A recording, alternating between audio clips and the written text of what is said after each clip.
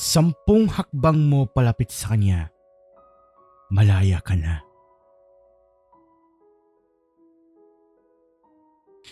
You've got my heart and you had it the first day we met. As I sing the first line of the song, I couldn't help but to look her direction from time to time as she stood sexily together with a lot of crowd. She was wearing a pair of white platform sandals, pastel pink split ruffle hem skirt, and white lace-up crop top with it. She put some light makeup too that made her look so fresh. Her long, wavy ash gray hair was in a messy bun, and her eyes weren't bad.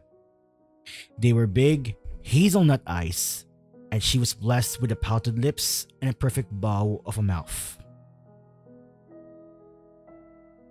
She's now smiling sweetly as she recorded a video of me singing on the stage. And that's the one thing I love about her. She wasn't afraid to flex me on her social media accounts even though I'm in a haggard looks. She hasn't known how happy my heart was every time she does it. When our eyes met, her eyes sparkles, and a wild smile immediately plastered to my face when I read her lips saying, "I love you," while winking at me. I shook my head. Damn, she's distracting me. She brings me to a new world where everything I see appears to be a change in my perspective in life. She made me believe that there are still good and beautiful things in this cruel world. I'm so glad to have a woman like her who was very supportive and proud of me. I still remember every detail of how we met. It's all started on the airplane when I heard her crying. I got annoyed because I can't sleep peacefully. And that day, I don't have enough sleep for the past weeks because of our basketball training. And her sobs make me wide awake. I look at her direction to ask her why the frick is she crying. But the moment my eyes landed on her face, my heart feels like it stabbed into a million times. I hate seeing girls in tears. It reminds me of my mother. I gave her chocolates, hoping it will stop her from crying, and I'm glad it did. I thought we'd never see each other again, but to my surprise, we met again on our school campus. And you want to know what's more surprising? She's the childhood friend of my best friend, Clark. There ain't nothing in this world like a Filipino girl. I stood up and the crowd is now dancing lightly. And if you find a Filipina that she find you, better keep her. After we finished our performance, ay agad na kami nagpasalamat at nagtungo sa backstage because I'll make her pay for what she did a while ago. Maybe a one kiss will do. Di naman ako natagalan sa paghanap sa kanya dahil nakita ko agad siya na nakaupo sa counter habang umiinom ng alak. I wrapped my arms around her waist. "How's our performance, my love?" "Very good and super cool," she replied without glancing at me. Nagulat ako sa pag-iba ng mood niya kasi parang kanina lang ang saya-saya niya tapos ngayon, parang tinuyo na naman niya. I kissed the top of her head. "What's wrong? Bakit nag-iba na naman bigla yung mood mo? Are you okay?" She nodded twice before she stands up. "Let's go home." 3 araw na ang nakalipas simula nung kumanta kami sa isang bar and I've noticed that Erin's slowly changing. She becomes colder and colder each day. She hasn't talked to me that much and it's not her because she's the type of girl who has thousands of stories to tell. Hindi yan nauubusan na kwento at ilang beses ko na rin siyang tinanong kung bakit may problema ba siya o may bumabagabag ba sa kanya o kung may mga nagawa ba na akong kasalanan sa kanya pero sinagot niya lang ako na wala. Saan ba kasi tayo pupunta, Jacob? Binalaan na kita. Kapag ito kalokohan, tatamaan ka sa akin. Sabi ko, tumawa na lang ako. Kalma ka lang, babe. Basta ihakbang mo na lang yung mga paa mo. Nandito kami ngayon sa mall habang nakapiling siya naglalakad. Inaya ko siyang lumabas, baka sakaling sabihan siya at bumalik yung dating girlfriend na madaldal. Huwag ka mag-alala, nasa likuan mo lang ako kaya hindi ka matatapa. Aray! Sira ulo ka! Paano mo ako masasalo nasa likuran kita? Napahagalpak naman ako sa kakatawa. Kaya nga nasa likuan mo nga lang para kita-kita ko yung pagkakatapa mo eh. Ayoko na! Sabi niya sabay tanggal ng payong na nakapiling sa mga mata niya. Uy nako! Oh my God! Mas lala akong napahalgalpak sa kakatawa nang makita ko yung reaction niya. Oh, available na ulit. Go pick your favorite books. I'll pay for it. She kissed me on my lips and hugs me tight. Thank you, babe. Sabi niya bago siya kumalipas ng takbo papasok sa loob ng National Bookstore. Naghintay pa ako ng ilang minuto bago niya nakuha lahat ng gusto niyang bilhin libro at agad ko namang binayaan lahat ng yon. Babe, thank you for this day. You make me so happy talaga. Sobrang thankful ako kay God na nakilala kita. Nabinyag ka niya sa akin eh. Masaya na lahat. Kung tutusin mo, mas paswerte ako dahil may boyfriend akong kaya mo. Love you so much, babe. Sabay halik sa pisngi ko. Marami rin ang nagkakagusto sa akin dahil bukod sa captain ball ako ng team ay member din ako ng isang banda. Pero kahit maraming nagkakagusto sa akin ay hindi yun valid reason para magloko ako. Ayokong magloko dahil alam ko kung gaano kasakit ang maloko. Saksi ako sa bawat pag-iyak ni mama gabi-gabi dahil sa ginagawang panloloko ni papa kaya nung gabing yon, sinabi ko sa sarili ko na hindi ako tutulad sa kanya. I never hurt Erin intentionally at wala akong balat na sasaktan siya kaya siguradong napakamaingat ko pagdating sa relasyon namin. Kapag may problema kami, sisettle namin agad. Kapag may hindi kami nagustuhan sa isa't isa, we said it right away. Tumagal kami kahit na first time ko magka-girlfriend. Patagal ng patagal ay mas naging matatag yung relasyon namin kaya sobrang laki ng tiwala ko kay Erin na hindi niya akong lulukohin. Nakikita ko na yung sarili ko na kasama siya hanggang sa pagtanda. Siya yung unang babaeng minahal ko bukod sa pamilya ko at patuloy kong mamahalin at hindi na magbabago yon. Hindi ko nga alam kung bakit ang lakas ng tama ko sa kanya marahil. Totoo yata yung sinabi nila na kapag tinamaan ka, maadik ka. Good morning, babe. Morning. Kumusta na ang pakiramdam mo? Medyo okay na pero sumasakit pa yung ulo ko. O ayan, magpayot ka naman ng kakapanood mo ng K-drama at Netflix dyan at kakababasa mo ng libro. 3 araw na siyang nilalagnat ngayon simula nung nakauwi siya sa kanila at 3 araw na rin na hindi kami nakakapag-usap ng maayos. Nag-aalala na nga rin ako dito dahil palagi siyang pagod o di kaya inaantok at piniguradong walang nag-aalaga sa kanya ngayon. Nagkasalisihan kasi sila nila tita kaya nung umuwi siya, sila tita naman ay dumalaw sa bahay ng lolo't lola niya. Ayos lang ako, mawawala din itong nagdat ko. Nakakain ka na ba? Yung gamot mo, nainom mo na ba? Hindi pa. Pagod ako. Mamaya na lang. Napabuntong hininga na lang ako dahil sa katigasan ng ulo niya.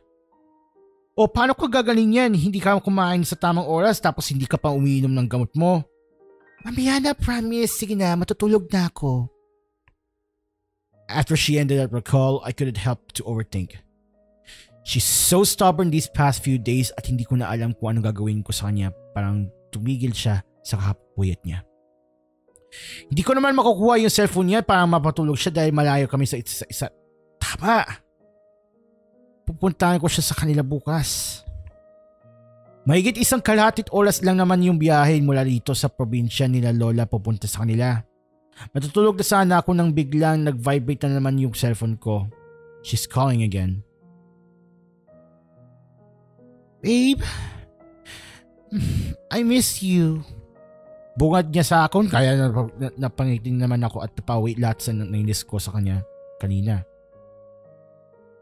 Ako, babe, yan ka na naman eh. Basta alam mo na akong miss niyan. Pero yeah, I miss you too. Inis ka pa, kanina ka pa eh. Manupok. Nanalabot ako kapag ganyan ka eh. Oh, bakit ba?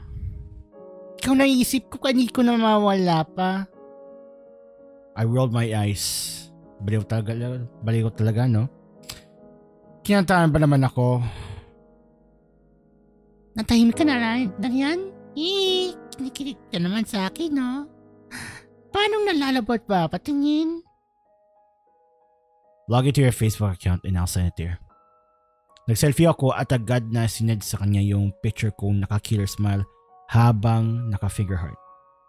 Ilang oras din kami nag-usap ni Erin before we decided to go to sleep. Maaga pa ako bukas dahil may bibilin pa ako na kakailangan ko para bukas. Kinabukasan maaga na noon nagising kaya agad ako naghanda at inayos ang dapat ayusin. Nakapagpaalam na rin ako kay Lola kagabi bago natulog kaya wala na akong problemahe pa. Nang matapos ako ay agad naman akong nagtungo sa pinakamalapit na mall dito sa amin para bilhin yung mga kakailangan ko para mamaya. After I buy everything I need ay umuwi na agad ako sa bahay nila Lola para kunin yung bag ko. Maiuwi itong pinamili kong grocery para kay Lolo at Lola. Matapos ang halos 2 oras na biyahe ko papunta sa bahay nila Erin ay sa wakas nandito na rin ako sa loob ng bahay nila. Binigyan kasi ako nilang tita ng susi para kapag dumalaw ako sa kanila at wala sila ay makakapasok ako sa loob ng bahay para doon kami makapagpahinga. Sinidip ko rin si Erin sa kwarto niya sa 2nd floor at nakita ko mahimbing siya nakatulog doon kaya tinake advantage ko na yun para may handa ko yung surprise ako para sa kanya. Babe, ikaw ba yan? Finally, you answered my calls. What happened? Are you okay? May problema ka ba? Nakauwi na ako sa lahat na dito sa dorm pero hindi ka man lang nagpaparamdam o nagpakita sa akin ng halos na 1 linggo. Tinawagan ko si tita pero hindi niya sinasagot yung mga tawag ko. Sobrang kaalala na ako dito. Saan ka ba? Suotin mo yung pinadala ko sa iyo kanina umaga. We're going to attend a birthday party and I'll fetch you at 1 o'clock in the afternoon. Exactly 1 p.m. ay sinundo ko si Erin sa dorm nila habang suot-suot niya yung white gown. Agad kami nagtungo sa plaza kung saan malapit lang sa simbahan na palagi naming pinupuntahan para magdasal. Noong makarating kami ay nauna akong bumaba sa sasakyan na hiniram ko kay Clark at naumikot papunta sa kabilang pinto kung saan siya nakaupo. Akala ko ba atin tayo ng party? Shh! Just follow the red petals in the floor until it stops. Napapahinto siya sa tuwing may mga batang lumalapit sa kanya para bigyan siya ng pink and red tulips. Erin really loves tulips so much kaya every time she receives those flowers, napangiti siya at naamoy ang mga ito. She keeps walking hanggang sa huminto yung mga petals sa harap ng mga kaibigan ko na may hawak-hawak na illustration board na may nakasulat na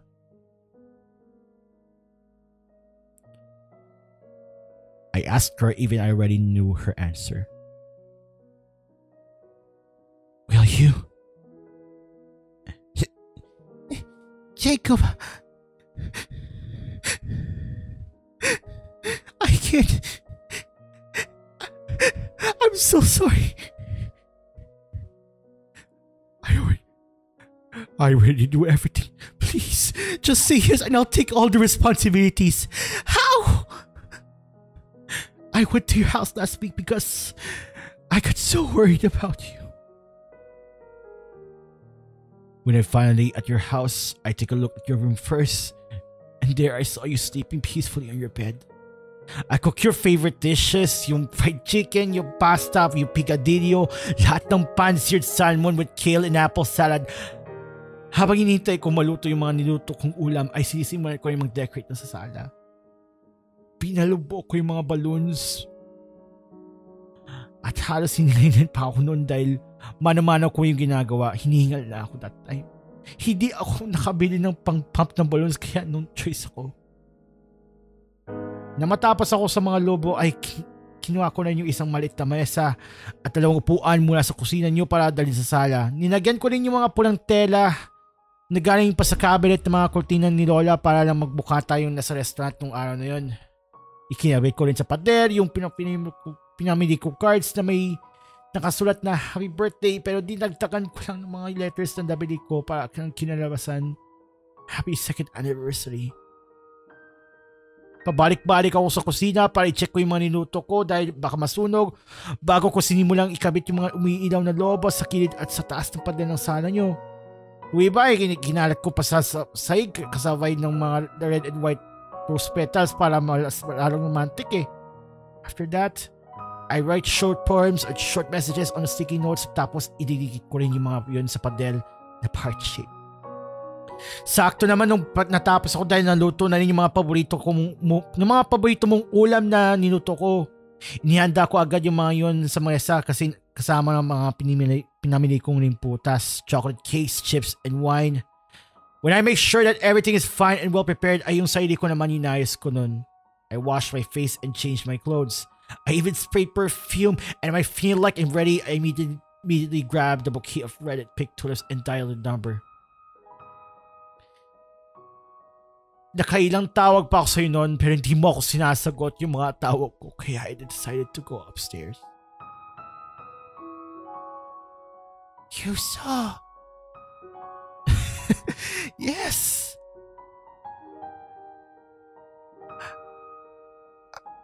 I opened the door slowly but to my surprise I saw you lying on your bed together with your ex-boyfriend.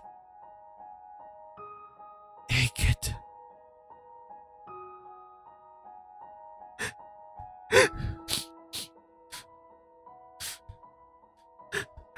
I'm so sorry. I'm so sorry, Jake. Nung hindi ako nagparamdam sa iyo ng halos isang linggo ay umuwi ako sa amin noon kina mama. Umiyak ako nang umiyak sa harap ni mama dahil sa sobrang sakit. Umiyak ko hindi lang dahil sa nakita kong nakahubot-hubad ka habang nakaiga sa kama kasama niya, kundi sa dinadaming tao bakit sa kapatid ko pa, sa anak pa ni Papa sa ibang babae. I'm so sorry. Hindi ko alam na kapatid mo para sa Hero.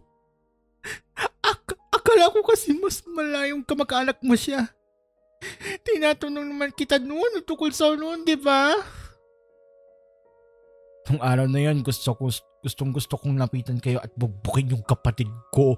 Pero dahil sa sobrang sakit, hindi tinignan ko kayo ay parang inaapakan nyo yun ang puso ko. Hanggang sa madulog ito. Kinausap ko sila tita at sinabi ko sa nila at hindi para mapagalitan o ipahamak kita. Kundi dahil para pakiusapan sila na kung sakaling pumayag kang pakasalan ako, ay akuhin ko lahat ng responsibilidad sa iyo at maging anak mo. Oo, alam kong buntis ka na. Nakita ko yung 2 pregnancy tests sa sahig ng kwarto mo at it's positive. Erin, mahal pa rin kita kahit ang sakit-sakit na. Mahal pa rin kita kahit nakakatakita na. Mahal pa rin kita kahit nakakatulog ka na. Jacob, minahal mo ba talaga o Erin? Oo naman. Minahal kita pero hindi niya lang kain ng pagmamahal ko sa kanya. Minahal kita ng sobra, Erin, pero bakit ganun? Bakit yung mga binibigay mo sa aking pagmamahal ay pula ng tira-tira?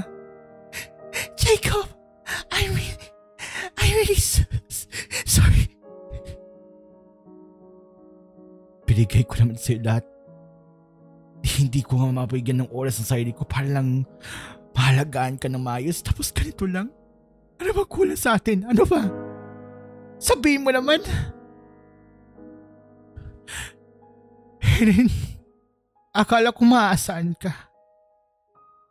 Akala ko lang pala. Pareha-parehas lang para tayo mo naloko. Wala kang pinakaiba sa tatay ko. Sumbat ko sa kanya habang naiiyak na ako dahil sa sobrang galit at atnis. Sabihin mo nga sa akin kung ano yung pagkukulang ko. Hiling naman ako punahin lahat ng mga pagkukulang ko sa iyo. Hindi siya nakasagot. Do you you still remember the promise I promised to you? Yes. Why? Tutupahin ko na yun. And for the last time, 10 hakbang, 10 hakbang. 10 hakbang mo palapit sa kanya, malaya ka na. Sana tuparin mo yung pangako mong yun.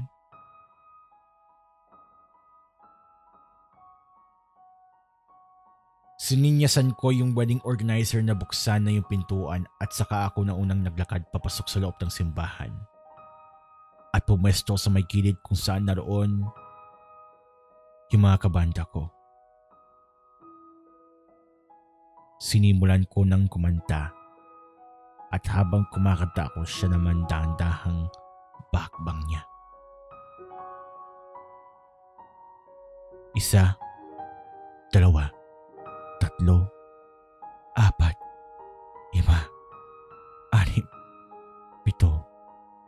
9.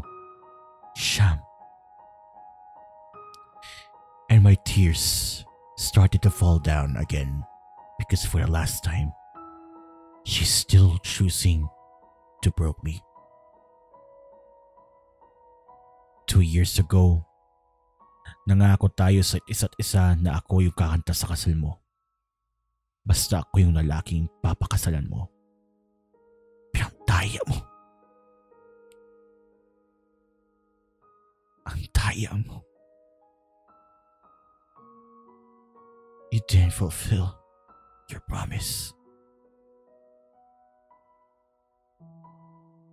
Napakasakit mo.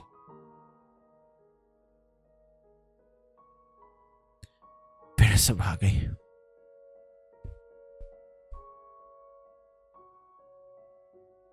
sa kanya ka na.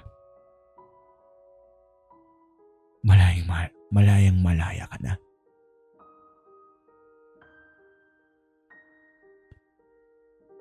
Sana masaya ka na sa lalaking pinakasalan mo. Malaya ka na dahil hindi ko na mararamdaman muli ang huling beses na pinaluloko mo sa akin. Paalam, Erin. Maraming salamat.